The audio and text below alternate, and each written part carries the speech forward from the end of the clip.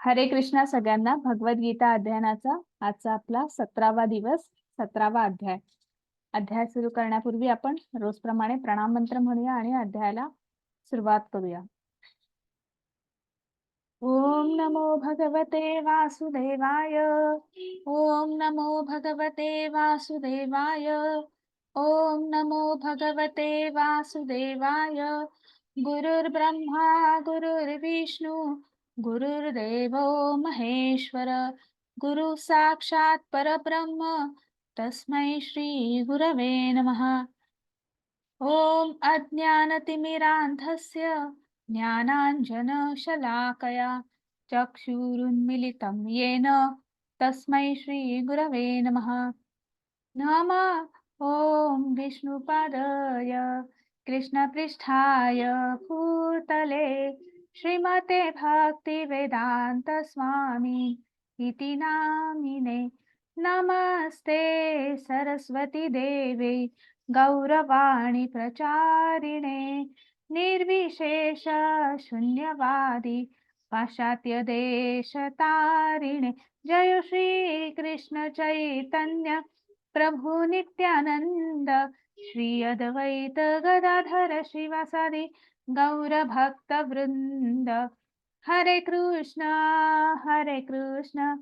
कृष्ण कृष्ण हरे हरे, हरे राम राम राम हरे हरे. हरे कृष्ण कृष्ण कृष्ण हरे हरे, हरे राम राम राम हरे हरे. हरे कृष्ण कृष्ण कृष्ण हरे हरे, हरे राम राम राम हरे हरे. हरे कृष्ण कृष्ण कृष्ण हरे हरे, हरे राम राम राम हरे हरे. हरे कृष्ण कृष्ण कृष्ण हरे हरे, हरे राम राम राम हरे हरे. हरे कृष्ण कृष्ण कृष्ण हरे हरे, हरे राम राम राम हरे हरे. हरे कृष्ण सगळ्यांना. पुन्हा एकदा सगळ्यांचं खूप खूप स्वागत आहे. आजचा आपला 17वा दिवस, 17वा अध्याय. अध्याय सुरू करण्यापूर्वी आपण श्री श्री राधा गोविंद यांना साष्टांग वंदन करूया. आपले गुरु श्री श्रील प्रभुपाद यांनाही आपण साष्टांग वंदन करूया. नामनिष्ठ दास प्रभू ज्यांच्यामुळे आपण ऑनलाईन भगवद्गीता शिकण्याचा आनंद घेत आहोत. बघता बघता आपला आजचा 17वा अध्याय, 17वा दिवस आहे आणि त्यांच्या संकल्पनेतून प्रत्यक्षात हा जो उपक्रम आहे तो चालवणारे, राबवणारे आपले सर्व कृष्ण सेवक त्यांनाही आपण वंदन करूया आणि पुढे जाऊया. आपण आज आपला 17वा अध्याय आहे. तत्पूर्वी आपण कालच्या अध्यायात काय पाहिलं, कोण सांगणार मला? हरे कृष्ण.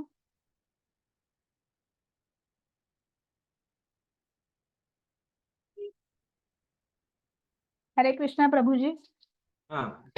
कालचा अध्याय हा दैवासुर संपद विभाग योग म्हणून होता.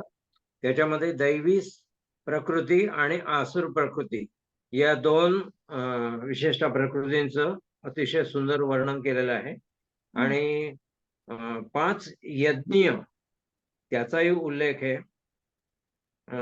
ऋषी यज्ञ, भूत यज्ञ, पितृयज्ञ, ब्रह्मयज्ञ आणि नरयज्ञ असे 5 प्रकारचे यज्ञ आणि आसुरी गुण कोणते आणि दैवी गुण कोणते याचं वर्णन अतिशय सुंदरपणे केलेलं आहे.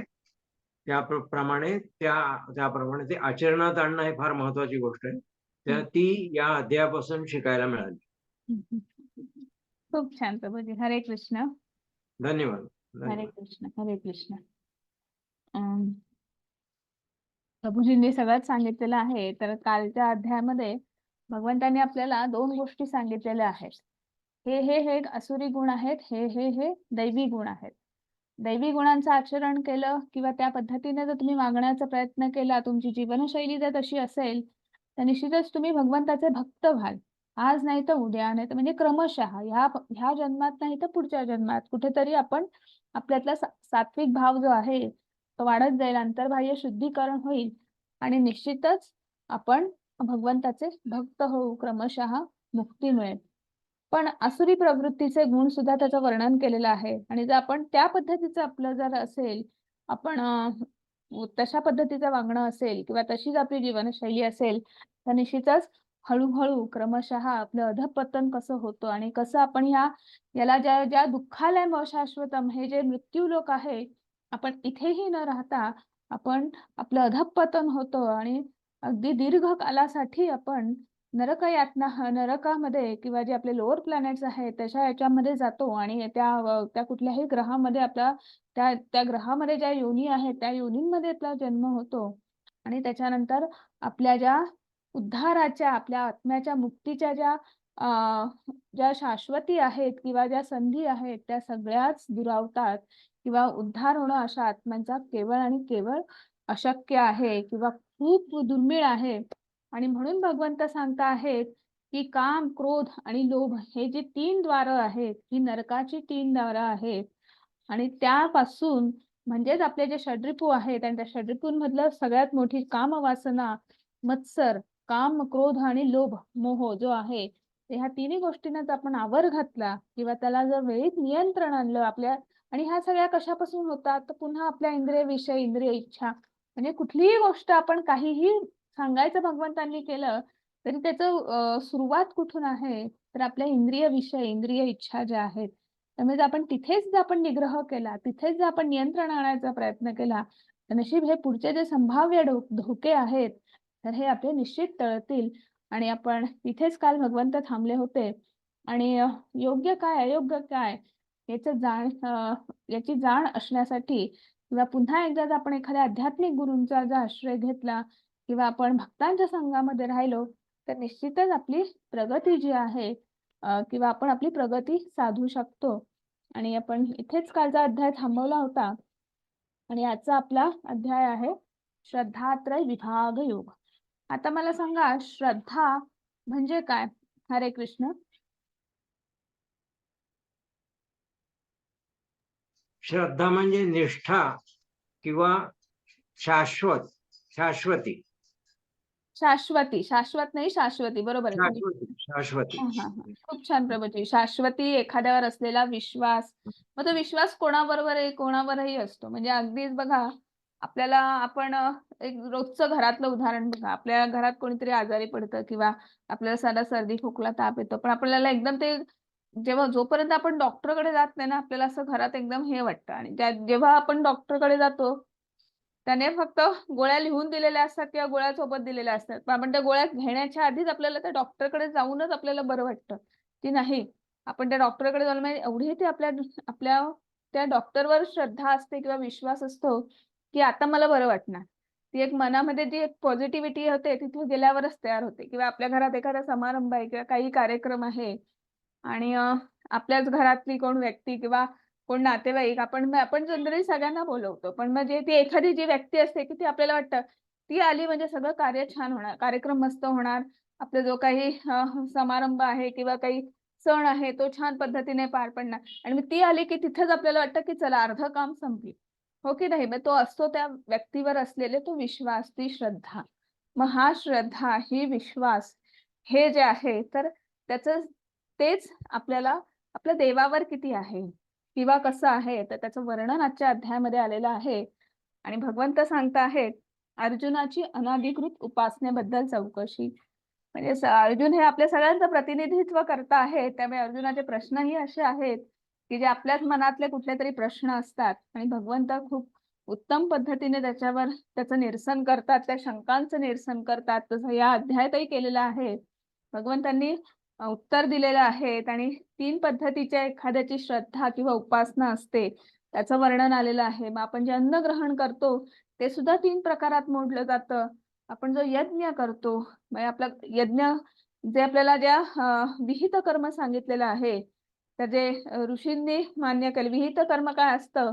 की ज्याला ऋषींनी मान्यता दिलेली आहे, जे शास्त्रांमध्ये लिहिलेलं आहे आणि गुरु सुद्धा ते सांगतात, की हे योग्य आहे. ते गुरु सुद्धा त्याची पुष्टी देतात. असं जे विहित कर्म असतं किंवा त्याला आपण त्याचं जर आपण भगवंताला अर्पण केलं, की त्याचा यज्ञ होतो की नाही, यज्ञ कर्म. मग त्यातले मग अनेक जे आपल्याला कर्म सांगितलेले आहेत, कर्मकांड सांगितलेले आहेत. तर ते सुद्धा मग त्याच्यामध्ये यज्ञविधी आहे, पूजाविधी आहे, तप आहे, म्हणजे आपलं नामस्मरण आहे. मग आपण दान करतो. आपण गृहस्थाश्रमी आहोत सगळे. त्यामुळे आपल्याला दान हे सांगितलेलं आहे. तर हे सगळे जे आहेत, तर हे विहित कर्म मग हे कुठल्या प्रकारात मोडतात किंवा कसे करावेत आणि कसं करू नये, त्याचं वर्णन आलेलं आहे. आणि सगळ्यात शेवटी ओम तत्सत हा जो मंत्र आहे, तर त्याचा अर्थ सुद्धा भगवंतांनी ह्या श्लोकात सांगितलेला आहे. सॉरी, ह्या अध्यायात सांगितलेला आहे. लगेच पुढे जाऊया आपण. हरे कृष्ण माताजी. हरे कृष्ण. अर्जुन म्हणाला, हे कृष्णा, जी माणसे शास्त्रविधीला सोडून श्रद्धेने युक्त होऊन देवाधिकांचे पूजन करतात, त्यांची मग स्थिती कोणती? सात्विक, राजसी की तामसी? हरे कृष्ण माताजी. हरे कृष्ण. मग आता बघा कसं असतं, की भगवंत ना अर्जुनाने प्रश्न विचारला आहे, की बरेच जण जे आहेत, की शास्त्रविधी म्हणजे वेगवेगळ्या प्रकारच्या पूजा करतात. मग काही शास्त्राला धरून असतात, काही शास्त्रविधी सोडून असतात. प्रत्येकाची श्रद्धा, प्रत्येकाचा भाव वेगवेगळा आहे. मग नेमकं कोणाला कशा ह्याच्यात पकडायचं किंवा मग ते त्याचे प्रकार काय आहेत? मग ती पूजा कुठली आहे? सात्विकी आहे, राजसी आहे का तामसी आहे? किंवा आपल्या विज्ञानावर असलेला आपला विश्वास किंवा जे वैज्ञानिक असतात, जे सायंटिस्ट असतात किंवा अनेक असे लोक आहेत, जे डॉक्टर आहेत किंवा प्रत्येकाची एक वेगवेगळ्या प्रकारचा विश्वास आहे, वेगवेगळ्या प्रकारची श्रद्धा आहे. इव्हन आपलंच बघा, आपलं सामान्यांचं जर उदाहरण घ्यायचं झालं, तर आपण बघा देवाकडे आपण सतत एक याचक म्हणून बघत असतो. आपण एक म्हणजे आपली भूमिका ही याचकाची असते. बऱ्याच वेळा आपण बघा, आपण कारण ह्या भौतिक प्रपंचात आहोत. रोज नव्याने उठून काहीतरी प्रश्न असतो. मग कोणाचा नोकरीचा असेल, कोणाच्या घरी कोणाला आजारपण असतील, कोणाचा लग्नाचा असेल, कोणाचा धनाचा असेल, की म्हणजे असे वेगवेगळे अनेक प्रश्न असतात. ते आणि ते कधीही न संपणारे असतात. असं आपण म्हणतो का, की बाबा आता माझ्याकडे भरपूर सुख आहे, आता मला काही नको देवा. असं आपण कधीच कोणीच म्हणत नाही. कधीच कोणी म्हणणार पण नाही. मग असं आपण आणि मग एखाद्याच्या बाबतीत असं होतं, की त्याने साधं एखादी पूजा जरी घातली किंवा एखाद्या कुठल्या तीर्थक्षेत्री जाऊन जरी आला, तरी त्याचं पटकन काम होतं. आणि एखाद्याचं असं होतं, की काय नाही हो, मी एवढ्या पूजा अर्चा केल्या, मी एवढं पारायण करते आहे, इकडे जाऊन आले, तिकडे जाऊन आले, पण काही उपयोग नाही हो, माझं कामच झालं नाही. असं सुद्धा आपण म्हणतो की नाही? म्हणजे हे प्रत्येकाचे वेगवेगळे अनुभव आहेत किंवा ह्या सगळ्या आपल्या सामान्य लोकांचे हे हे विश्वास किंवा ही श्रद्धा आहे. मग त्याच्यावर आता भगवंतांनी आपल्याला खूप छान पद्धतीने उत्तर या अध्यायामध्ये दिलेलं आहे. भगवंतच म्हणत आहेत, श्री भगवानुवाच त्रिविधा भवती श्रद्धा देहिनां सा स्वभावजा सात्विकी राजसी च एव तामसी चेति तां शृणु. हरे कृष्ण माताजी. हरे कृष्ण. भगवान श्रीकृष्ण म्हणाले, मनुष्याची ती शास्त्रीय संस्कार नसलेली केवळ स्वभावता उत्पन्न झालेली श्रद्धा सात्विक, राजसी व तामसी अशा 3 प्रकारचीच असते. ती तू माझ्याकडून ऐक. हरे कृष्ण माताजी. हरे कृष्ण. मग आता इथे भगवंत सांगता आहेत, एक मिनिट माताजी, हे पण आपण वाचूया आणि मग मी सांगते. सत्वानुरूप सर्वस्य श्रद्धा भवति भारत श्रद्धामयोऽयं पुरुषो यो यत्सृज्य स एव स. हरे कृष्ण माताजी. हरे कृष्ण. हे भारता, अर्थात भरतवंशी अर्जुना, सर्व माणसाची श्रद्धा त्यांच्या अंतःकरणानुरूप असते. हा परम पुरुष श्रद्धामय आहे. म्हणून जो पुरुष ज्या श्रद्धेने युक्त आहे, तो स्वतःही तोच आहे. अर्थात त्या श्रद्धेनुसार त्याचे स्वरूप असते. हरे कृष्ण माताजी. हरे कृष्ण. मग आता इथे वर्णन आलेलं आहे, म्हणजे भगवंत सांगता आहेत, की आपली ही श्रद्धा जी असते ना, ही आपल्या अंतःकरणातून आतूनच एखादा भाव येतो किंवा आतूनच ती अंतःकरणातून उत्पन्न होते. आणि मग जसा ज्याचा भाव तसा देव असं आपण म्हणतो, तर तसा तो जसा विश्वास आहे. आणि मग त्याच प्रकारचं म्हणून इथे श्रद्धेचे सुद्धा 3 प्रकार आहेत. मग ती 3 प्रकारांमध्ये उत्पन्न होते. म्हणजे कसं, की मग ती सात्विकी, राजसी, तामसी म्हणजे आपण या 3 गुणांमध्ये बद्ध आहोत. बरोबर?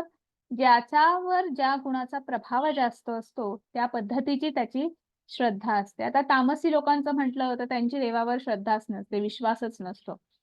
पण जे राजसी असतात ते कसे असतात, ते कामी असतात. कामी म्हणजे कसं, की त्यांची श्रद्धा कशी असते, जसं आता मी उदाहरण दिलं, की आपण एक याचक म्हणून नेहमीच भगवंताकडे आपण मंदिरात जरी गेलो तरी आपण नेहमी भगवंताकडे माझं हे दे, मला असं दे, तसं दे. आपण सतत असं काहीतरी हे करत असतो, की नाही मागत असतो, की नाही सकाम आपण गोष्टीने आपण भगवंताकडे बघत असतो आणि तशा पद्धतीनेच आपण वेगवेगळ्या गोष्टी आपण भगवंताला सांगतो, की हे नाहीये, हे असं आहे.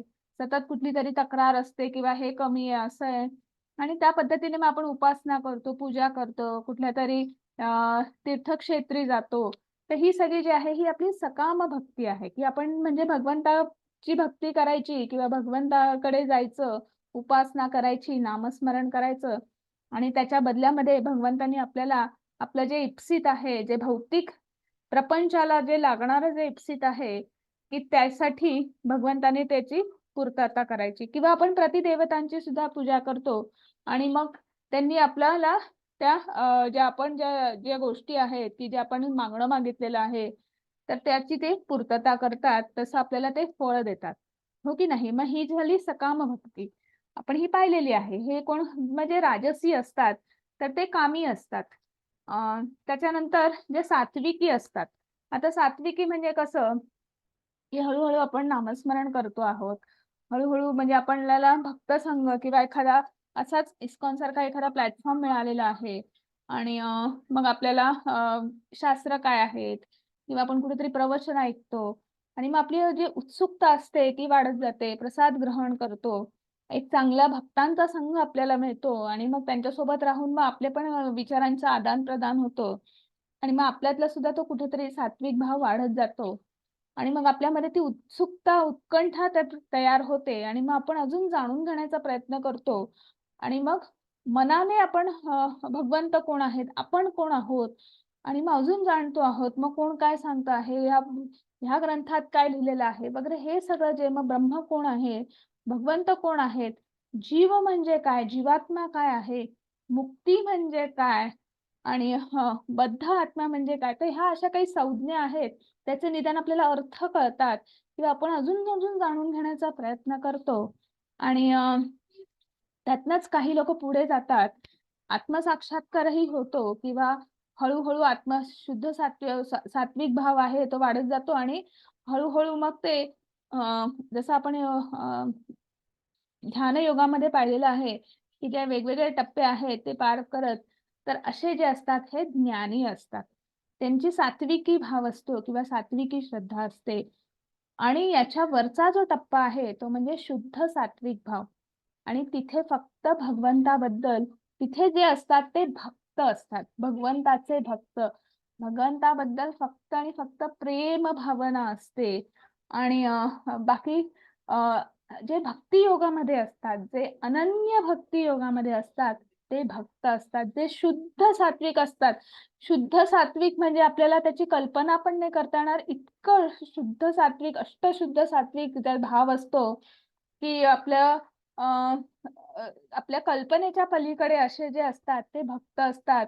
मग आपल्याकडे तशी नारद मुनींचं उदाहरण आहे, की म्हणजे जे आहेत की जे थोर वैष्णव आहेत, योगी आहेत, की ते की कुठेही भगवंताबद्दल ते इथे सगळीकडे जातात आणि भगवंताचं 24 तास नामस्मरण करतात किंवा असे अनेक भक्त आहेत. भक्त प्रल्हाद आहेत आणि अगदी आपल्या सामान्यांसारखं म्हणायचं झालं तर जे गोकुळवासी होते ते सगळे त्या नगरजनातले ते सगळे जे होते मग ते अगदी त्या पक्षींपासून त्या झाडांपासून आणि ते सगळे गोपगण असतील त्या गोपिका असतील ते सगळे जे होते ते भक्त होते.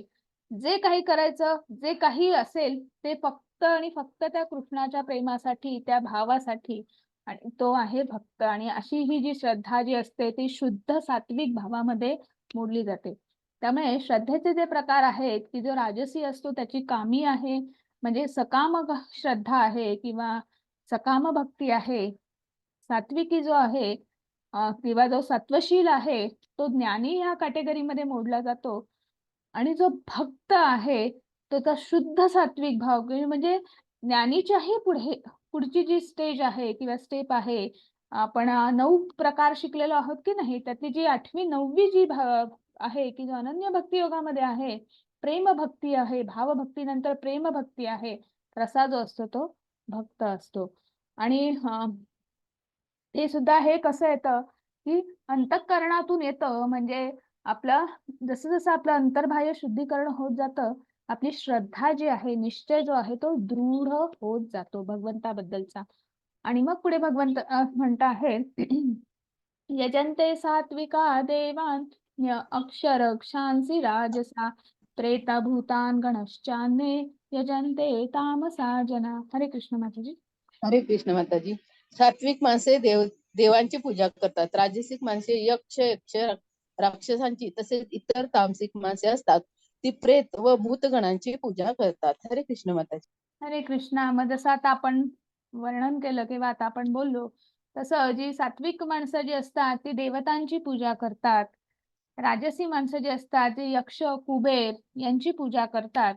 आणि जी तामसी माणसं असतात ज्यांचा मुळात देवावरच विश्वास नसतो, मग ते भूत प्रेत किंवा हल्ली आपण ते ब्लॅक मॅजिक आपण ऐकलेलं आहे, आपण काय प्रत्यक्षात कधी बघितलेलं नाही आहे, पण अशा ज्या गोष्टी घडतात त्या ज्या ठिकठिकाणी आहेत असे हे सगळं आहे, हे ही तामसी श्रद्धा आहे किंवा तामसी पूजा आहे.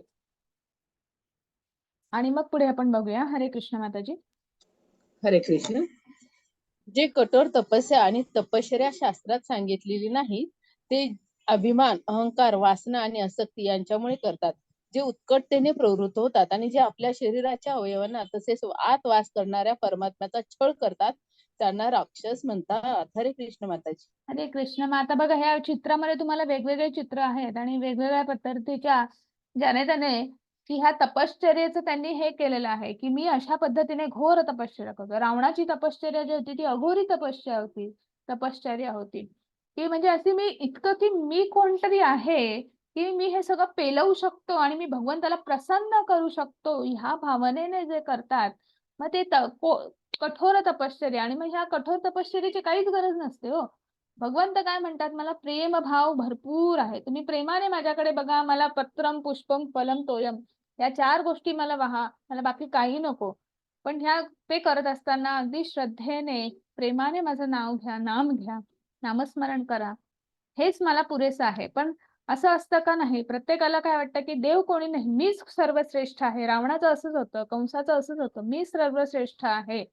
आणि त्यामुळे त्या सर्वश्रेष्ठ अशा ह्याच्यात की त्यांची जी तपश्चर्या किंवा हे ते भरपूर अशी अघोरी अशी तपश्चर्या करत होते किंवा कठोर तपश्चर्या करत होते की ज्याच्यामध्ये त्यांच्या तपश्चर्या करत होते पण देव मानत नव्हते किंवा भगवान विष्णू किंवा त्या परमात्म्या परमेश्वराला ते मानत नव्हते किंवा तेच सर्वश्रेष्ठ आहे, तेच तिन्ही लोकांचे स्वामी आहेत हे ते मानत नव्हते. आणि त्यामुळे मी त्यांच्यापेक्षा श्रेष्ठ होऊ शकतो हा अहंकार हा अभिमान जी आहे की ह्या सगळ्या गोष्टींची, ह्या संपूर्ण लोकांची, मी कोणीतरी ह्या सगळ्यावर राज्य करू शकतो. कारण तो काळ होता ना, मी जर रावणाचं उदाहरण देते म्हणून की मी सर्व ग्रहांवर राज्य करू शकतो किंवा ही जी आसक्ती होती, ही जी वासना होती, ही जी इच्छा होती, तर हे सगळं जे आहे तर ही तपश्चर्या जी आहे ही उत्कटतेने प्रवृत्त होते.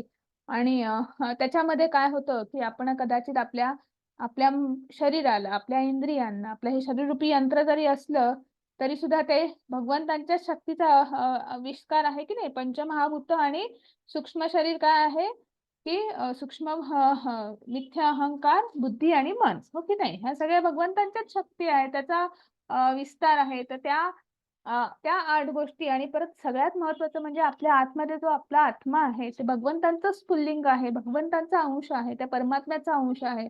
मग त्या आत्म्याला वेदना होत आहेत, त्या आपल्या आत्म्यामध्ये स्थित असलेला परमात्मा जो आहे त्याला पण त्याला वेदना होत आहेत, पण याचा यत्किंचितही आपण विचार करत नाही. आणि आपलं श्रेष्ठत्व दाखवण्यासाठी की मी कोणीतरी आहे म्हणून बघा हे असे हल्ली हे लोक हल्लीच्या ह्या 2 चित्र आहेत. जर आपण बघितलं की कुठेतरी आता ही तपश्चर्या नाही, ही सुद्धा तपश्चर्या नाही, किंवा तुम्ही असे कुठल्याही तपश्चर्या करून तुम्ही भगवंताचं भाव किंवा भगवंताचं प्रेम जे आहे ते तुम्ही मिळवू शकत नाही.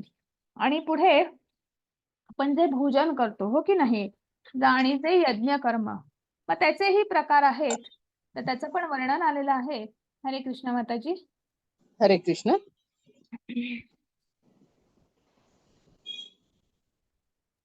सर्वांना आपापल्या प्रकृती प्रकारे 3 प्रकारचे प्रिय भोजन. सर्वांना आपल्या आपल्या प्रकृती प्रमाण 3 प्रकारे असते आणि तसेच यज्ञ, तप, दानही 3 प्रकारचे आहेत. त्याचे हे निरनिराळे भेद तू माझ्याकडून ऐक. आयुष्य, बुद्धी, बळ, आरोग्य, सुख आणि प्रीती वाढवणारे, रसयुक्त, स्निग्ध, स्थिर राहणारे, स्वभावतः मनाला प्रिय वाटणारे असे भोजनाचे पदार्थ सात्विक पुरुषांना प्रिय असतात. कडू, आंबट, खारट, फार गरम, तिखट, कोरडे, जळजळणारे आणि दुःख, काळजी व रोग उत्पन्न करणारे भोजनाचे पदार्थ राजसी माणसांना आवडतात. जे भोजन कच्चे, रस नसलेले, दुर्गंधी येणारे, शिळे आणि उष्टे असते, तसेच जे अपवित्रही असते, ते भोजन तामसी लोकांना आवडते. हरे कृष्ण माताजी. हरे कृष्ण. मग आता जे भोजन जे करतो आपण, तर ते उदरभरण नो हे जाणीचे यज्ञ कर्म, हो की नाही? मग त्याच्यासाठी आपण करतो की नाही? पोटभरीसाठी करतो का, किंवा इंद्रिय तृप्तीसाठी करतो का नाही? तर ते एक यज्ञ कर्म आहे, हे भगवंतांनी आपल्याला सांगितलेलं आहे. पण तरी सुद्धा त्याच्यात सुद्धा 3 प्रकार आहेत, की आपण प्रत्येकाचाच हा विश्वास आहे का, ही श्रद्धा आहे का नाही. मग त्याच्यात पण 3 प्रकार आहेत. मग आणि तसे बाकीचे आपले विहित कर्म आहेत, यज्ञ, तप, दान, त्याचेही 3 प्रकार आहेत. तर त्याचं वर्णन आता एक एक करून भगवंत सांगता आहेत. सगळ्यात पहिले आपला आहार. आहार शुद्धौ सत्व शुद्धी, हो की नाही? मग आपला आहार कसा असावा? तर सात्विक आहार जर ग्रहण केला, मग सात्विक आहाराने काय होतं, तर बघा किती फायदे आहेत. तुमचं आयुर्मान जे आहे ते वाढतं, उत्तम आरोग्य लाभतं, तुमची बुद्धी जी आहे ती तल्लख होते, सामर्थ्य वाढतं, बलवान होतात तुम्ही. आणि हे सगळं असेल तर सुख असतं की नाही, आनंदी राहतं की नाही. नाहीतर उगाच सकाळी उठून माझं डोकं दुखतंय, आज काय हेच होतंय, पोटामध्ये ऍसिडिटी झालेली आहे, जळजळतंय, असं असं नाही. सात्विक आहार केला की ते त्याच्यामुळे तुम्हाला उत्तम आरोग्य मिळतं. आणि उत्तम आरोग्य मिळालं की तुम्ही आनंदी राहतात, सुखी राहतात. त्यामुळे तुमचं आयुर्मानही वाढतं, बुद्धी तल्लख होते. आणि असं जे असतं, मग असं अन्न कसं असतं, की बघा इथे तुम्हाला एका चित्रात दिसतं आहे, पानामध्ये दिसतं आहे, की सात्विक भोजन आपल्याला माहिती आहे. आणि त्याच पद्धतीचं आपण नैवेद्य सुद्धा भगवंतांना दाखवतो. आणि हे सात्विक भोजन हे सात्विक पुरुषांना किंवा सात्विक लोकांना प्रिय असतं. की मग ते जे रसयुक्त, युक्त म्हणजे आपलं जे रोजचं वरण भात, भाजी सुद्धा कशी की काय म्हणू शकतो की खूप जास्त तिखट नाही, जळजळणारी नाही, खूप मसालेदार अशी नाही, की ती जेवढं गरजेचं आहे तेवढंच तिखट, तेवढंच मीठ आणि असं सगळं चटणी, कोशिंबीर हे सगळं जे आहे, दूध, दही, ताक, म्हणजे ह्या सगळ्या गोष्टींचा समावेश आहे. तर हे सगळं जे आहे हे पदार्थ म्हणजे हे सात्विक भोजन आहे, सात्विक आहार आहेत. पुढे आहे की राजसी पदार्थ. मग राजसी पदार्थ असे आहेत की जे चमचमीत, मसालेदार असतात की नाही, की बघ ते खूप जास्त गरमागरम, बरेच जण म्हणतात मला गरम गरम मला हे खावंसं वाटतं, मला चहा घ्यावासा वाटतो वगैरे. ते खूप खूप तिखट लागतं बाबा. मग आम्हाला हे यांचं फारच मिळमिळीत अन्न असतं. नाही आम्हाला खूप तिखट लागतं, जळजळणारं. आणि मग त्याच्यामुळे काय होतं, की ते आपण जेव्हा भरपूर तिखट, भरपूर गरम असं काय काय खातो, खूप म्हणजे असं, तेव्हा याचं काय होतं, त्याचा परिणाम म्हणून ऍसिडिटी वाढते, हो की नाही? पोटामध्ये जळजळ होते, दुसऱ्या दिवशी ऍसिडिटीमुळे डोकं दुखतं. म्हणजे हे सुरुवातीला आपल्याला कदाचित असं वाटतं की म्हणजे आपल्याला आता इथे श्रेय आणि प्रेय 2 संकल्पना शिकलो होतो, की जे अन्न सुरुवातीला अगदी त्या अन्नाचा वास, त्या जेवणाचा वास आल्यानंतर किंवा खाली उतरलो आणि मस्त नाक्यावर किंवा तिथे समोर स्नॅक्स सेंटरमध्ये छान मिसळपाव, गरम गरम मिसळपाव, वडे वडे तळतायत, वडा, भजी, हो की नाही?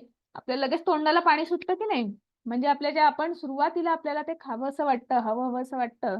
पण त्याच्यानंतर मग रात्री आपण काहीतरी जलजीरा घे, ऍसिडिटी होते म्हणून आपण लिंबू सरबत घे.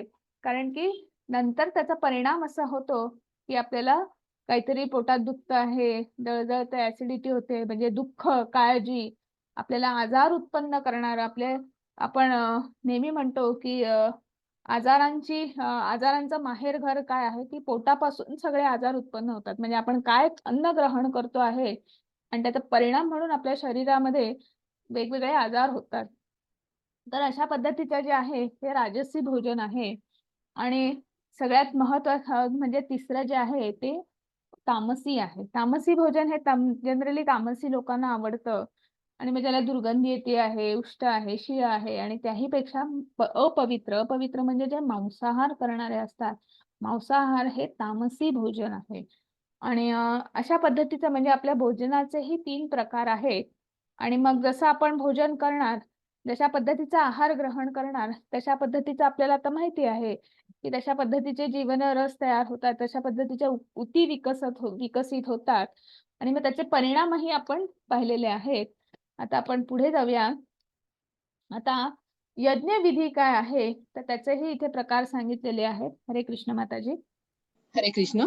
जो शास्त्रविधीने नेमून दिलेला यज्ञ करणे कर्तव्य आहे असे मनाचे समाधान करून फळाची इच्छा न करणाऱ्या पुरुषांकडून केला जातो तो सात्विक यज्ञ होय. हरे कृष्ण माताजी. हरे कृष्ण. मग सात्विकी यज्ञ.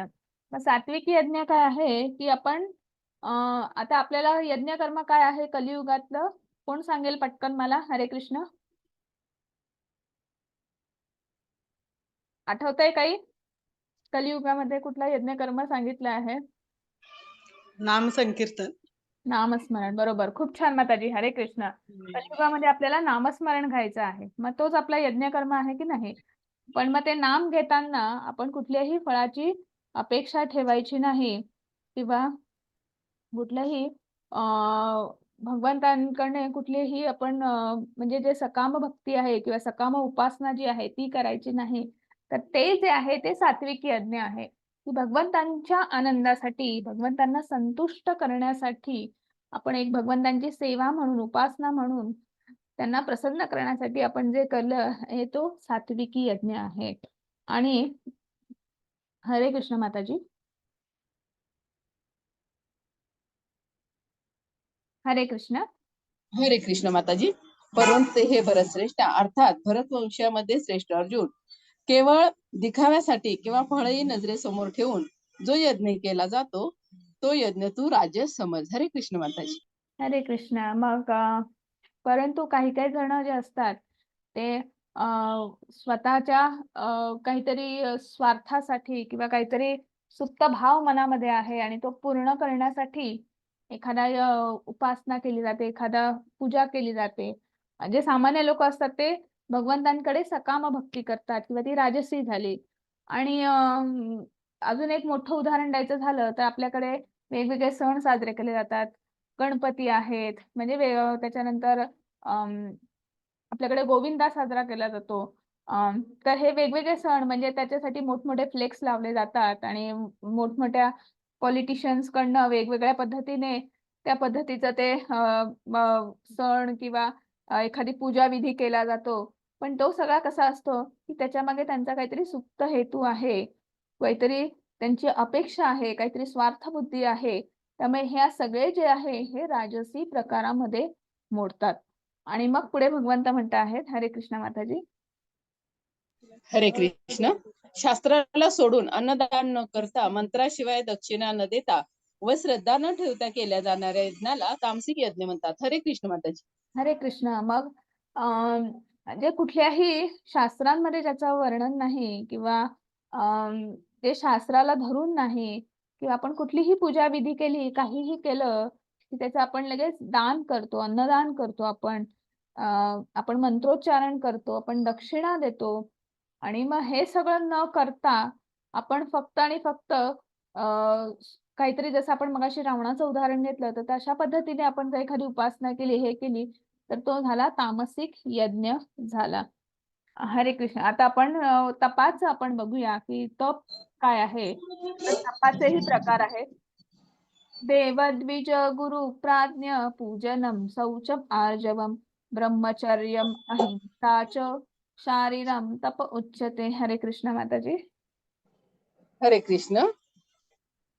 देव, ब्राह्मण, गुरु व ज्ञानी यांची पूजा करणे, पावित्र्य, सरळपणा, ब्रह्मचर्य आणि अहिंसा हे शारीरिक तप म्हटले जाते. हरे कृष्ण माताजी. हरे कृष्ण. मग आता देव, ब्राह्मण, गुरु म्हणजे आपण प्रत्येकाची पूजा करतो किंवा आपण त्यांचं पूजन करतो, त्यांना आपण नमस्कार करतो. मग ते आपल्याकडे जो कोणी ते गुरुपदावर आहेत, संत पदावर आहेत, आपण त्यांची पूजा करतो किंवा त्यांना आपण नमस्कार करतो किंवा जे ज्ञानी आहेत, त्यांना आपण नमस्कार करतो किंवा आपल्या घरातले जे ज्येष्ठ श्रेष्ठ आहेत किंवा आपल्या घरात जे ज्येष्ठ आहेत, त्यांचाही आपण नमस्कार करतो, आदर करतो. देवांची आपण पूजा करतो, त्यांना आपण नमस्कार करतो वेगवेगळ्या पद्धतीने. तर ही जी आपण रोजची पूजा अर्चा करतो, तर हा झाला आपल्या शारीरिक तपाचा एक भाग झाला. आणि त्याच्यामध्ये आणि हे सगळं करत असताना पावित्र्य सांभाळलं गेलं पाहिजे. आपल्या मनामध्ये कुठलाही समभाव पाहिजे, सरळपणा पाहिजे, आपल्या वागण्यामध्ये समर्पणा पाहिजे. आपण जर एखादी उपासना करत असू, तर तेव्हा ब्रह्मचर्य सांभाळलं गेलं पाहिजे. त्याच्यानंतर अहिंसा म्हणजे आपण बाबत आपण बोललेलो आहोत, की आपल्याला जे ज्ञान आहे की आपल्याला जे माहिती आहे, आपण जी उपासना करतो, आपण जे कृष्णाबद्दल माहिती आहे किंवा जे भगवंताबद्दल माहिती आहे, ते आपण इतरांना पण सांगितलं पाहिजे, त्यांनाही आपण शेअर केलं पाहिजे. तर हे सगळे जे आहे हे शारीरिक तपाचे भाग आहे. आणि आपण त्याच्यासाठी शारीरिक तप असा की आपण आपल्या मग उपास करतो किंवा वेगवेगळ्या पद्धतीने आपण नमस्कार करतो. मग जे प्रभू जे असतात ते साष्टांग वंदन दंडवत करतात आणि ज्या माताजी ज्या असतात त्या पंचांग दंडवत करतात. तर याचं विस्तृत वर्णन आपण जेव्हा लेव्हल 2 मध्ये भक्ती सदाचार जेव्हा आपण घेतो, तर त्याच्यात हे नमस्काराचे प्रकार किंवा पूजा कशी करायची, तर हे सगळे प्रकार जे आहेत त्याच्यात ते घेतले जातात, शिकवले जातात. तर हे सगळं जे आहे, तर हा झाला शारीरिक तप. आणि मग आपला जो आहे, की मग दुसरा जो आहे तो वाणीचा. वाणी म्हणजे वाचा. म्हणजे आपण आपलं जे तोंड आहे किंवा आपलं हे जे इंद्रिय हे आहे, तर त्याच्यावर पण तप आहे. मग त्याच्याबद्दल भगवंत सांगत आहे, अनुद्वेग करम वाक्यम सत्यम प्रिय हितम चयत स्वाध्यायाभ्यसनम चैव वाङ्मयम तप उच्यते. हरे कृष्ण माताजी. जे दुसऱ्याला न पोचणारे प्रिय, हितकारक आणि यथार्थ भाषण असते, ते तसेच वेदशास्त्रांचे पठण व परमेश्वराच्या नामजपाचा अभ्यास हेच वाणीचे तप म्हटले जाते. हरे कृष्ण माताजी. हरे कृष्ण. मग वाणीचा तप असा आहे की नेहमी सत्य बोलणं. आपल्याकडे युधिष्ठिर महाराजांचं उदाहरण आहे की आपण मितभाषी असणं, आपण असं बोलणं जे की दुसऱ्याला न पोचणारं असं आहे. किंवा म्हणजे गरज असते का प्रत्येक ठिकाणी बोलायची? नाही. काही ठिकाणी आपण मौनही पाळू शकतो किंवा न बोलूनही आपण त्या गोष्टी फेस करू शकतो किंवा दुसऱ्याला उगाचच अहित काहीतरी बोलणं, चुकीचं काहीतरी बोलणं, त्याच्यापेक्षा कमी बोलणं किंवा ते दुसऱ्याला न पोचणारं आहे किंवा पहिले विचार करणं आणि मग बोलणं. नाहीतर कधी-कधी आपण पटकन बोलतो आणि मग नंतर विचार करतो, नाही हे चुकीचं होतं वगैरे. त्यापेक्षा विचार करून बोलणं. मग गरजेचं आहे का हे बोलणं? नाही बोललं तर नाही चालणार का? तर हा सगळ्या पद्धतीने आपण हा जो आहे हा वाणीचा तप आहे. म्हणजे आपलं ते सांभाळणं खूप गरजेचं आहे. आपलं जे संभाषण आहे, आपलं जे बोलणं जे आहे, ते दुसऱ्यासाठी नेहमी हितकारक असलं पाहिजे, प्रिय असलं पाहिजे, आपण मितभाषी असलं पाहिजे. आणि दुसरा एक महत्त्वाचा तप म्हणजे आपल्याला जे हे आहे ते आपल्या वाणीमधून काय उच्चार बाहेर पडले पाहिजे, तर नामस्मरण आपल्याला झालं पाहिजे.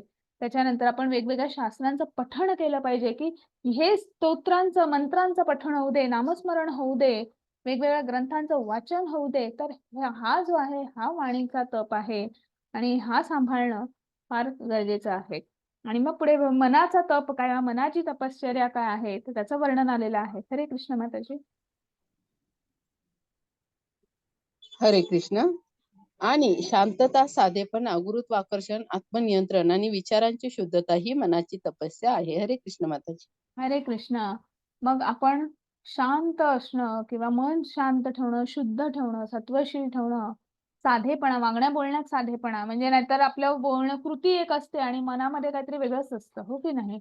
मग हे असं मिथ्याचार नसणं किंवा आपण स्वतःवर नियंत्रण ठेवणं, कुठल्याही आकर्षणांना, प्रलोभनांना आपण कुठलीही आपण त्यांच्याबद्दलचं असलेलं आकर्षण आपण टाळणं किंवा विचारांमधली शुद्धता, वैचारिक शुद्धता, की समोरनं तर मग कुठेही आपल्याला काहीतरी नाही हा याने असं केलं म्हणजे याच्या मागे निश्चित याचं काहीतरी कारण असेल. म्हणजे आपण चांगला विचारच करत नाही, साधा विचारच करत नाही, की नाही हे सहज घडलं असेल. नाही, नेमकं याच्या मागे काहीतरी असेल ना. तर नाही, तेवढा शुद्ध सात्विक विचार असणं, आपल्या स्वतःवर संयम असणं, नियंत्रण असणं, आपला मिथ्य आचरण नसणं, आपण जी कृती करतो आहोत तेच मनामध्ये तीच भावना असेल आणि तीच कृतीमध्ये असेल, शांतता असेल वागण्या बोलण्यामध्ये, साधेपणा असेल, सरळपणा असेल, प्रामाणिकपणा असेल, ही झाली मनाची तपश्चर्या. याच्यामध्ये आपल्याला एक छोटीशी तुम्हाला गोष्ट आहे, म्हणजे इथे चित्र तुम्हाला दिसतं आहे. आपल्याला माहिती आहे की याचा उल्लेख आपण आधी केला होता, की व्यासमुनी जे होते, की त्यांचा मुलगा म्हणजे शुकदेव गोस्वामी हे मातेच्या उदरामध्ये 16 वर्ष होते. हो की नाही? त्यांना बाहेरच पडायचं नव्हतं आणि मग म्हणजे त्यांनी व्यासमुनींच्या पत्नींनी भगवान श्रीकृष्णांकडे शरण गेले, त्यांना धावा केला. शुकदेव गोस्वामींना मग श्रीकृष्णांनी सांगितलं, की "तू ये बाहेर. तू कुठल्याही ह्या भौतिक प्रपंचाचा, ह्या भौतिक संसाराचा तुझ्यावर कुठलाही परिणाम होणार नाही. तू केवळ आणि केवळ माझा शुद्ध भक्त म्हणूनच इथे वावरशील आणि ही शाश्वती कुठेतरी स्वतः भगवंत येऊन देत आहेत." तेव्हा ते मातेच्या उदरातून बाहेर आले. भगवंतांनी त्यांच्या आशीर्वादाने, कृपाप्रसादाने त्यांना त्या बालकाला त्यांनी 16 वर्षाचा युवक बनवलं. पण 16 वर्षाचा युवक झाल्या ते तिकडनं तात्काळ धावत सुटले. त्यांनी बघितलं नाही, की आपण कोणाच्या उदरामध्ये 16 वर्ष होतो किंवा आपले वडील कोण आहेत, पिता कोण आहेत. आणि त्यांना ह्या भौतिक प्रपंचामध्ये, भौतिक नात्यांमध्ये अडकायचंच नव्हतं. आणि म्हणून ते तिकडनं जे पळत सुटले, त्यांच्या मागे व्यासमुनी सुद्धा पळत सुटले. व्यासमुनी जरी ऋषी होते, तरी ते गृहस्थ सुद्धा होते. कारण की त्यांनी आणि त्यामुळे हे सगळं पण शुकदेव गोस्वामी जे होते ते फक्त आणि फक्त योगी ह्या याच्यामध्ये होते आणि मनाची इतकी शुद्धता होती, इतकी सात्विक भाव होता. तिकडनं तात्काळ ते तसेच पळत सुटले. पळत असताना जंगलामध्ये पुढे जात असताना सरोवर लागलं. त्या सरोवराच्या इथे त्यांना अनेक स्त्रिया ज्या होत्या त्या तिकडनं त्यांचं स्नान कर्म चालू होतं. पण त्यांना बाजूने शुकदेव गोस्वामी गेले. पण त्यांना असं अजिबात काही वाटलं नाही, की कोण गेलं आणि काय गेलं. त्यांच्या मनामध्ये कुठलीही किंवा शुकदेव गोस्वामी तिकडनं जात आहेत, तर त्यांचंही आजूबाजूला कुठेही लक्ष नाही. एखादं बाजूने एखादं बाळ कसं असतं, की त्याचा कसा तो शुद्ध सात्विक भाव असतो. असा एक युवक असा बाजूने गेला, पण कोणालाही काही वाटलं नाही. ही आहे त्यांच्या मनाची तपश्चर्या. पण जेव्हा मागून त्यांच्याच मागे जेव्हा भाकरी व्यासमुनी खाल्ल्यामुळं मला हलकं हलकं वाटलं म्हणे. व्यासमुनी आले, तेव्हा हरे कृष्ण माताजी. हरे कृष्ण हरे कृष्ण. नाही, नाही, काळजी घ्या थोडी. हां. म्यूट करा जेव्हा आपल्याला वाचन नसेल तेव्हा. ठीक आहे? हां. आणि मग जेव्हा व्यासदेव मुनी जे आहेत, ते जेव्हा त्यांच्या मागून धावत आले, तेव्हा अ, त्याच स्त्रिया तेच सरोवर होतं आणि तिथे स्नान करत होत्या. पण त्यांनी पटकन जे आहे, की वस्त्र धारण केलं. कारण की व्यासमुनी हे ऋषी जरी असले, ऋषितुल्य जरी असले, तरी ते कुठेतरी गृहस्थाश्रमी होते आणि म्हणून की त्या त्या स्त्रियांनी म्हणा किंवा काय तर त्यांनी लगेचच आपली वस्त्र जी आहे ती त्याचा तो पेहराव जो आहे तो त्यांनी धारण केला. आणि म्हणजे ही इतकी शुद्धता किंवा इतकी ही मनाची तपश्चर्या, तर ही झाली ही मनाची तपस्या झाली. इतका हा शुद्ध सात्विक भाव. आणि पुढे आता त्याचे तपाचे सुद्धा प्रकार आहेत. मग आपण ह्या ज्या वेगवेगळ्या उपासना करतो, तर त्याचे सुद्धा 3-3 प्रकार आहेत. तर पहिला आहे श्रद्धया परया तप्तम तपस्तनी विधम नरै अफलाकांग अफलाकांभी युक्ते सात्विकम परिचक्षते. हरे कृष्ण माताजी. हरे कृष्ण.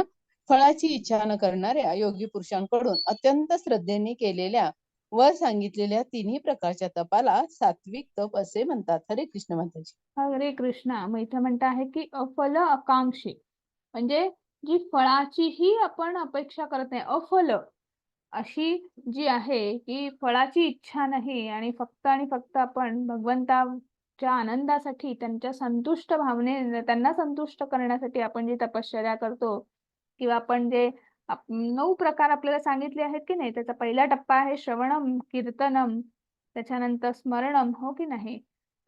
तर त्यातले हे जे प्रकार आहेत, संकीर्तन जे आहे, नामसंकीर्तन आहे, तुम्हाला इथे वेगवेगळे चित्रांमध्ये दिसत आहे की नाही.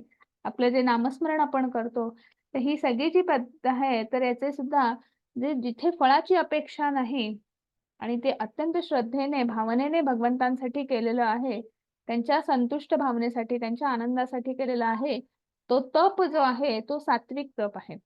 तप म्हणजे काय किंवा तप कशाला म्हणायचं, तर एखादी गोष्ट सातत्याने करणं, तो आहे तप. आणि मग तो अनेक वर्ष, नाही तर म्हणजे 2 दिवस केलं आणि म्हणजे तप होत नाही. अनेक वर्ष आपण वर्षानुवर्ष करतो आहोत, सातत्याने एखादी गोष्ट करतो आहे, काहीही झालं तरी आपण ते सोडत नाही, सचोटीने करतो आहोत, निश्चयाने करतो आहोत, त्याला तप असं म्हणतात. आणि मग तो कुठलाही असू शकतो. मग तुमचा नामस्मरणाचा असेल, तुम्ही सकाळी रोज उठायचं ठरवलं की मी उठणार आणि मी ब्रह्ममुहूर्ताला भगवंतांची उपासना करणार, नामस्मरण करणार किंवा मंगल आरती मी अटेंड करणार, असं मी काहीही करणार, पण ते तुम्ही वर्षानुवर्ष करता आहेत, तर तो तुमचा तप झाला. तर हे झालं सात्विकी तप. आणि तो जेव्हा तुम्ही भगवंताच्या आनंदासाठी करता तेव्हा तो सात्विकी तप असतो. पुढचा आहे की सत्कार मान पूजार्थम तपोदंभेन चैव क्रियते तदिहं प्रोक्तम राजसम चलम अध्रुवम. हरे कृष्ण माताजी. हरे कृष्ण. जे तप, सत्कार, मान व पूजा होण्यासाठी तसेच दुसऱ्या काही स्वार्थासाठीही स्वभावाप्रमाणे किंवा पाखंडीपणाने केले जाते, ते अनिश्चितच तसे क्षणिक फळ देणारे तप येथे राजसिक असे म्हटले आहे. हरे कृष्ण माताजी. हरे कृष्ण. म्हणजे सत्कार, मान, पूजा म्हणजे काही स्वार्थासाठी जो तप केला जातो, ती पूजा केली जाते. म्हणजे आपण मगाशी मी गणपतीचं तुम्हाला उदाहरण दिलं होतं की असे जे गणेशोत्सव साजरे केले जातात, ते आता इथं आता शिवजयंती आली, म्हणजे वेगवेगळ्या काहीतरी सण आपण साजरे करतो आणि वेगवेगळ्या पॉलिटिशियन्सचे वेगवेगळ्या पद्धतीने त्यांचं सेलिब्रेशन असतं.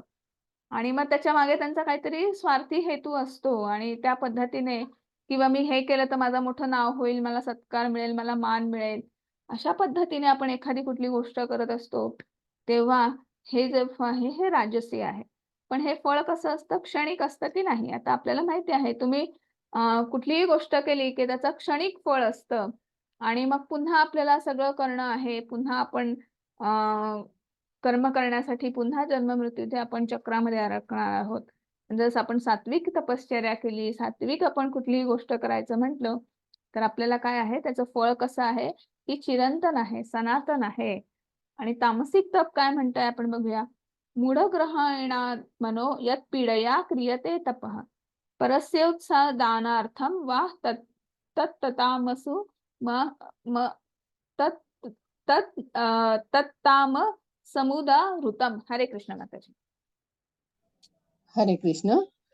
जे तप मूर्खतापूर्वक हट्टाने मन, वाणी आणि शरीर यांना कष्ट देऊन किंवा दुसऱ्याचे अनिष्ट करण्यासाठी केले जाते, ते तप तामसिक असे म्हटले आहे. हरे कृष्ण माताजी. हरे कृष्ण. मग तामस जे आहे की तामसी तप काय आहे, की जे आपण मगाशी आपण रावणाचं उदाहरण पाहिलं की इथे शेजारच्या चित्रामध्ये दिसत आहे की आपण शरीराला यातना देतोय, मनाला यातना देतोय आहे आणि अत्यंत कठोर अशी तपश्चर्या करतो आहे की ज्याची तसं खरं बघायला गेलं तर काहीच गरज नसते. मग त्याच्याने आपण शरीराला यातना आहेत, आपल्यामध्ये स्थित असलेला आत्मा, आपल्यामध्ये स्थित असलेला परमात्मा, सगळ्यांना यातना होत आहेत. फक्त आणि केवळ स्वतःचा काहीतरी हट्ट किंवा मी कोणीतरी श्रेष्ठ आहे, मी हे करू शकतो, अशा कुठल्या तरी भावनेने हे जे तप करतात आणि मग त्याच्यामध्ये आपलं शरीर आलं, आपलं मन, आपली वाणी, आपण जे, तर हे सगळं जे आहे की ह्या सगळ्या गोष्टींना कष्ट देऊन आपण जे करतो आहेत आणि परत की ते सगळं करून दुसरं फलित काय, त्याचं अपेक्षा काय, की याचं काहीतरी वाईट व्हावं, त्याचं काहीतरी वाईट व्हावं, दुसऱ्याच्या अनिष्ट किंवा चुकीच्या हेतूसाठी आपण जे करतो, तो तप जो आहे किंवा ती तपश्चर्या, ती पूजा जी आहे ती तामसिक आहे असं म्हटलं आहे. मग आता दानाचेही प्रकार आहेत. दातव्यम इति यद्दानं दीयते नुपकारिणे देशे काले च पात्रे च तद्दानं सात्विकम स्मृतम. हरे कृष्ण माताजी. हरे कृष्ण.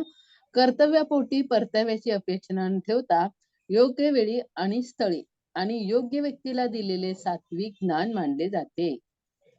हरे कृष्ण. मग आता आपण जे दान करतो म्हणजे दानविधी आपल्याला सांगितलं आहे की नाही, गृहस्थाश्रमी लोकांना दान हे एक यज्ञकर्म सांगितलेलं आहे. मग ते दान कशासाठी करायचं, की ते आपलं कर्तव्य म्हणून आपण दान करायचं.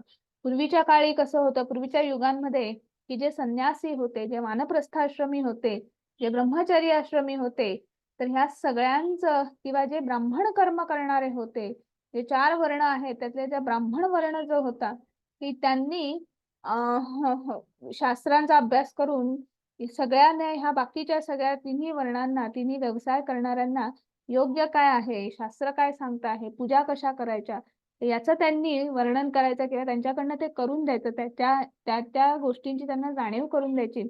तर हे त्यांचं कर्म होतं, हे कार्य होतं. त्यामुळे त्यांना दान देणं त्यांचा उदरनिर्वाह चालवण्यासाठी तेव्हा त्या काळी ह्या सगळ्यांच्या उदरनिर्वाहासाठी मग संन्यासाश्रमी असतील, वानप्रस्थाश्रमी असतील, कारण की ते वार्धक्यानंतर ते वानप्रस्थाश्रम धारण करत होते.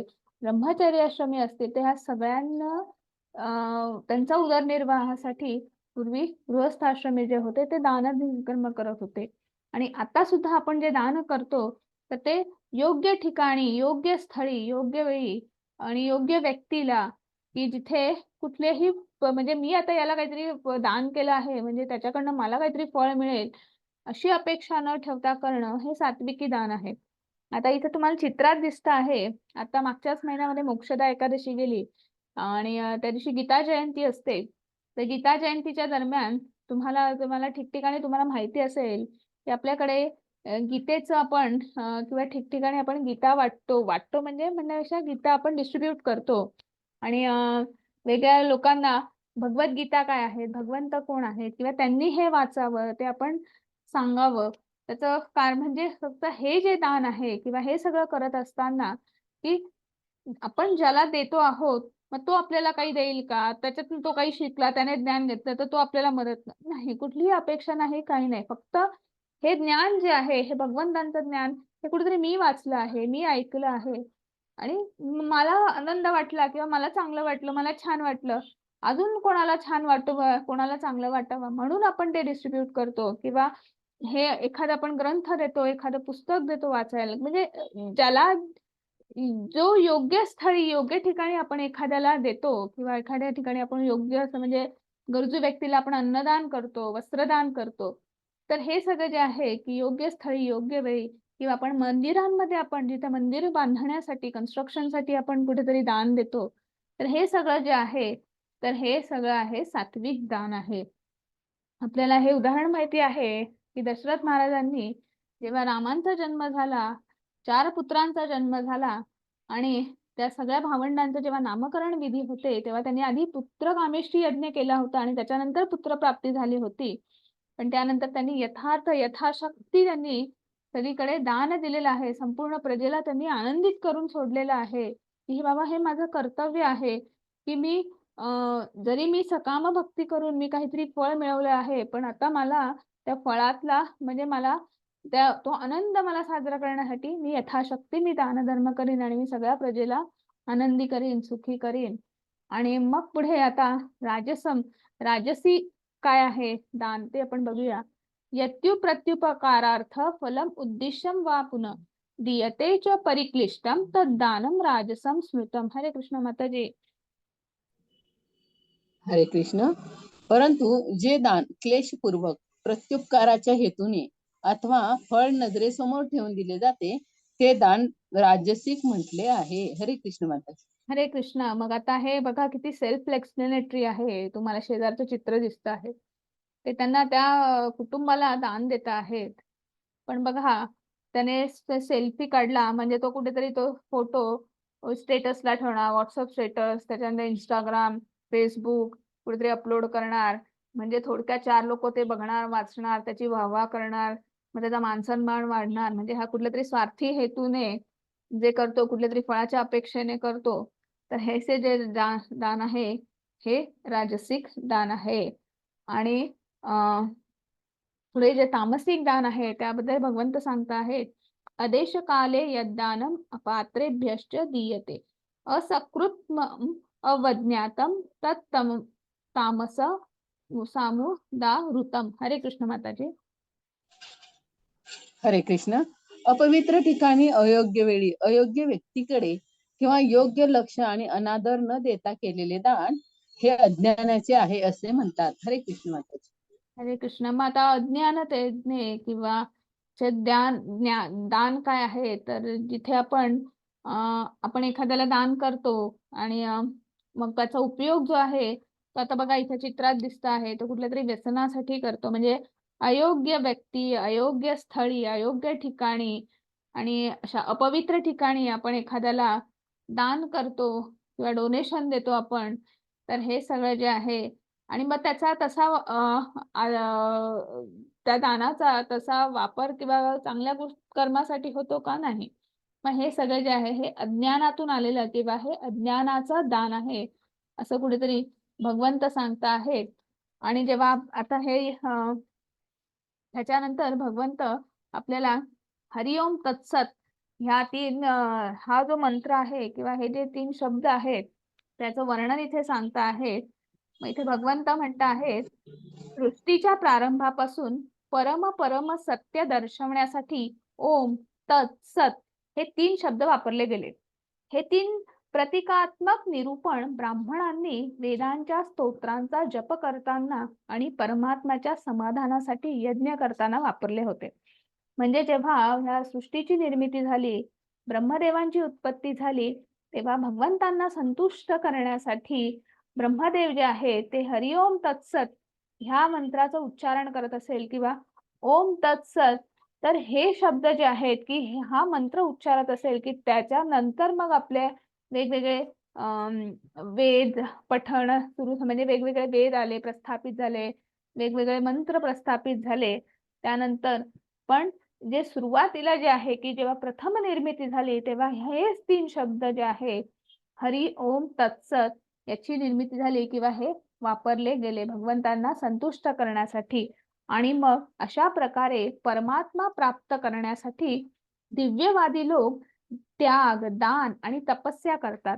नेहमी ओमने सुरुवात करतात. ओम इति एतत् ब्राह्मणो नेदिष्टहम नाम.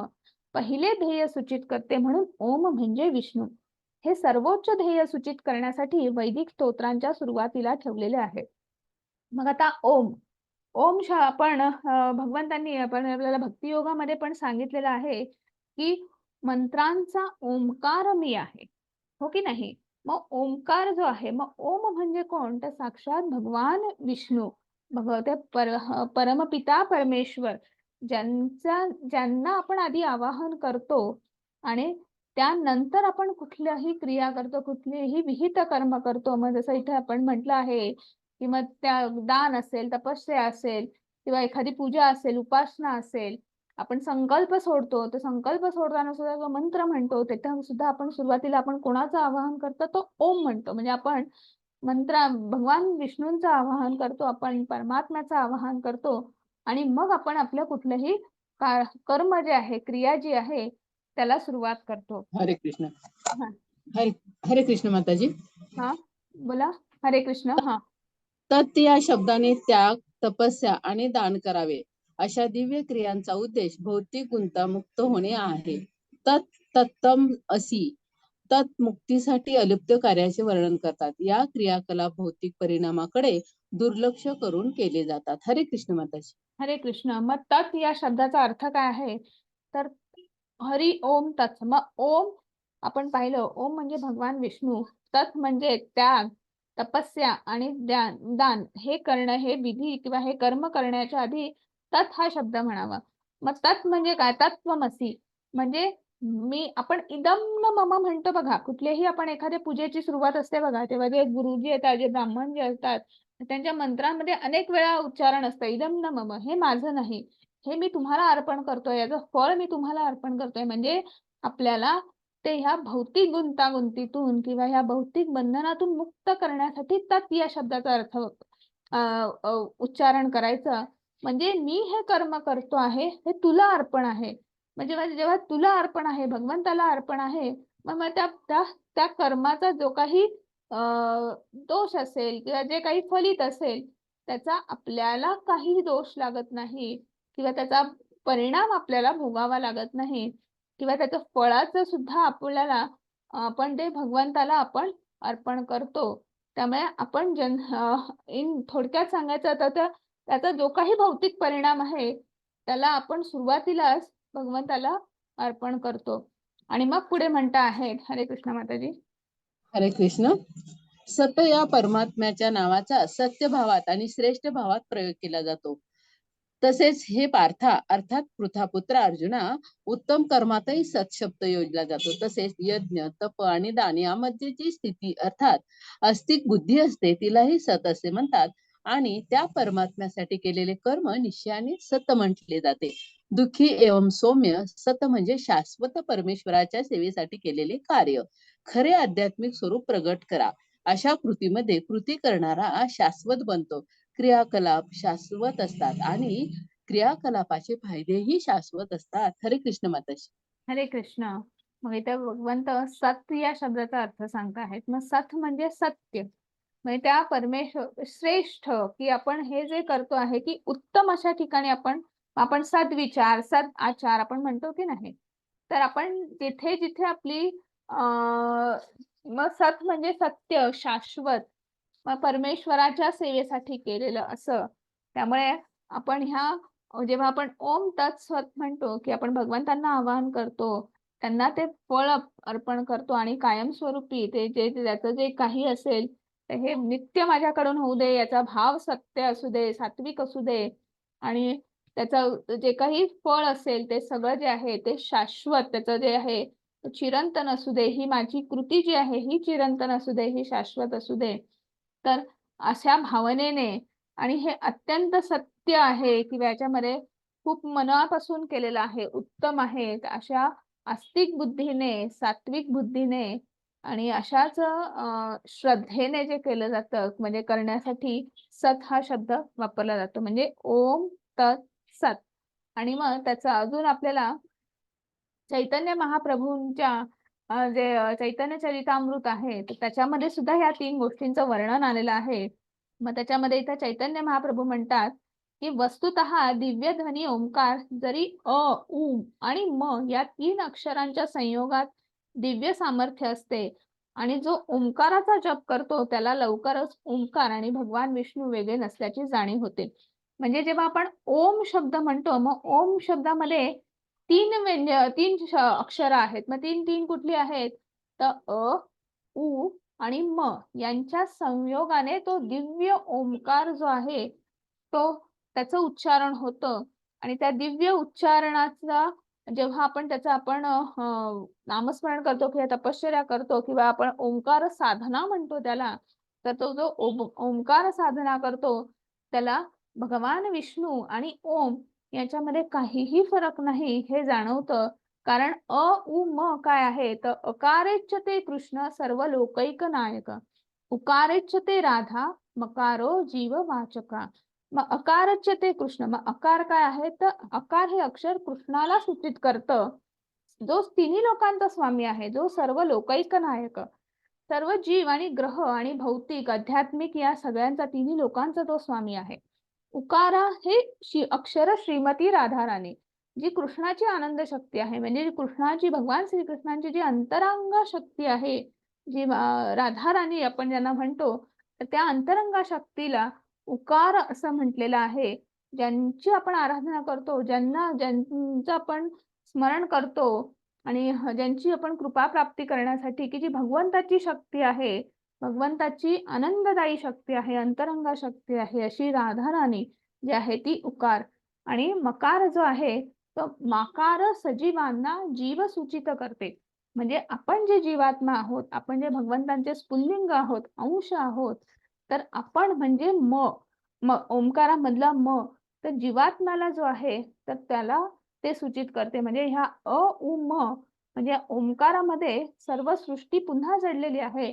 भगवान श्रीकृष्ण आहेत, त्यांची अंतरंग शक्ती आहे, आणि त्याच्यानंतर त्यांनीच निर्माण केलेलं ही जीवसृष्टी किंवा हे जे जीव जे आहे तर ते म मध्ये आहे. म्हणजे अ उ म म्हणजे ओम, आणि म्हणजेच साक्षात भगवान विष्णू.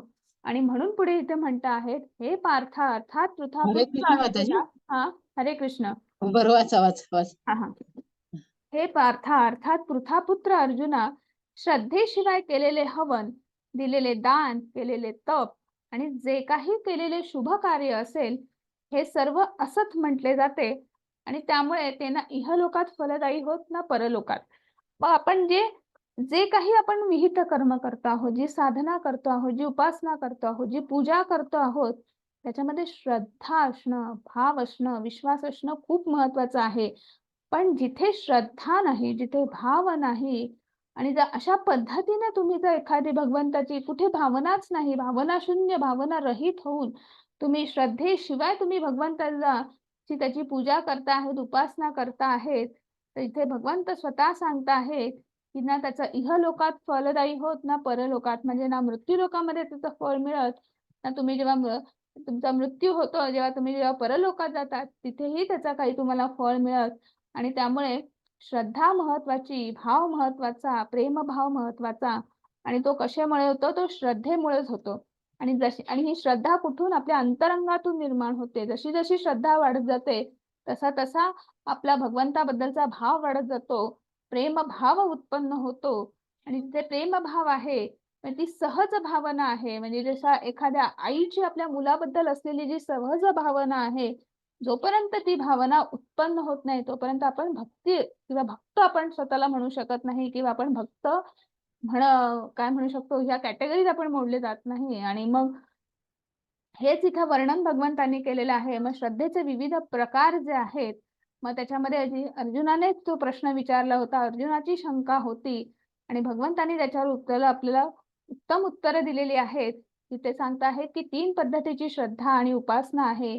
आपण जे भोजन, अन्न ग्रहण करतो, तर तेही 3 प्रकारात मोडलं जातं आणि ज्याच्यामुळे मग त्यातलं श्रेष्ठ कुठलं? तर ते सात्विक आहार जो आहे, ज्याच्यामुळे आपलं आरोग्य जे आरोग्यदायी आहे, आपलं आयुर्मान वाढतं, आपल्यातला सत्वशीलपणा वाढतो, सात्विक बुद्धी वाढते. सात्विक बुद्धी वाढली की निश्चितच आपण भगवंताच्या सेवेमध्ये किंवा भगवंताच्या उपासनेमध्ये आपण स्वतःला व्यग्र करतो, व्यस्त करतो किंवा ॲटलीस्ट आपल्या मनामध्ये तो विचार येतो. तर असं जे सात्विक अन्न ग्रहण करणं केव्हाही चांगलं असं भगवंत म्हणत आहेत. मग यज्ञाचेही 3 प्रकार आहेत. मग त्याच्यामध्ये सात्विकी यज्ञ श्रेष्ठ आहे. कारण की तो आपण भगवंताच्या आनंदासाठी, भगवंतांना संतुष्ट करण्यासाठी फल आकांक्षी यज्ञ असं म्हटलेलं आहे. आणि मग तपस्येचेही 3 प्रकार आहेत. मग त्याच्यामध्ये पुन्हा आपण भगवंताच्या आनंदासाठी तपश्चर्या, मग त्याच्यामध्ये 3 प्रकार आहेत. परत तपश्चर्या शारीरिक, मनाची तपस्या आणि वाणीची तपस्या. तर याच्यामध्ये सुद्धा आपण भगवंताला आनंददायी होईल किंवा भगवंताला संतुष्ट होईल अशाच पद्धतीचं आपल्या मनाचं आपली काय म्हणू शकतो हे असेल, मनाची आपली कुठली तरी कृती असेल किंवा आपलं मन तशा पद्धतीने शुद्ध ठेवणं किंवा वाणीमधले उच्चारण जे असेल किंवा आपल्या आपण जे शारीरिक कार्य करतो की हे सगळं जे आहे तर ते सगळं भगवंताला संतुष्ट करण्यासाठी करणं. तर हे 3 प्रकार आपल्याला सांगितलेले आहेत. आणि मग दानाचेही 3 प्रकार सांगितलेले आहेत. म्हणजे योग्य स्थळी योग्य व्यक्तीला दिलेलं दान हे सुद्धा सर्वश्रेष्ठ दान आहे, असं म्हटलं आहे. आणि सगळ्यासाठी ओम तत्सत. मग ओम तत्सत मध्ये साक्षात भगवान विष्णू आहे किंवा आपण जेव्हा भक्ती योगामध्ये भगवंतांनी सांगितलेलं आहे, की ओंकारामध्ये सुद्धा मी आहे. मग ते ओंकार मग उम ह्या 3 शब्दांचं जेव्हा आपण फोड करतो किंवा 3 शब्द मिळून एक दिव्य ध्वनी तयार होतो ओंकार. आणि त्या मंत्राने किंवा त्या ध्वनीने आपण जेव्हा आपण आपले विहित कर्म करतो, तेव्हा ते आपण भगवंताला अर्पण करतो. आपोआप आपलं मंत्र जेव्हा मंत्रोच्चारण केल्यानंतर ओम म्हटल्यानंतर ओम तत्सत म्हटल्यानंतर आपण अनेक तुम्ही बघा, तुम्ही गणपती अथर्वशीर्ष असेल, श्री सूक्त असेल, अनेक कुठली मंत्र आहेत, अनेक स्तोत्र आहेत, की त्याची सुरुवात जी आहे ती एक तर हरिओमने होते किंवा कुठेतरी ओमने होते. तर हे सगळं जे आहे, तर ह्या सगळ्या गोष्टी म्हणजे आपण जे काही आराधना करतो, उपासना करतो आहे, ती सुरुवातीलाच आपण भगवंताला अर्पण करतो आहे. म्हणजे आपल्याला त्याचा भौतिक परिणाम आपल्याला सामोरं जायची गरज नाही किंवा भौतिक परिणामांपासून आपण आधीच त्याची मुक्तता करतो आहे. आणि इथेच आपला आजचा अध्याय संपलेला आहे. इथेच आपला आजचा 17वा अध्याय सुद्धा संपलेला आहे. हरे कृष्णा सगळ्यांना.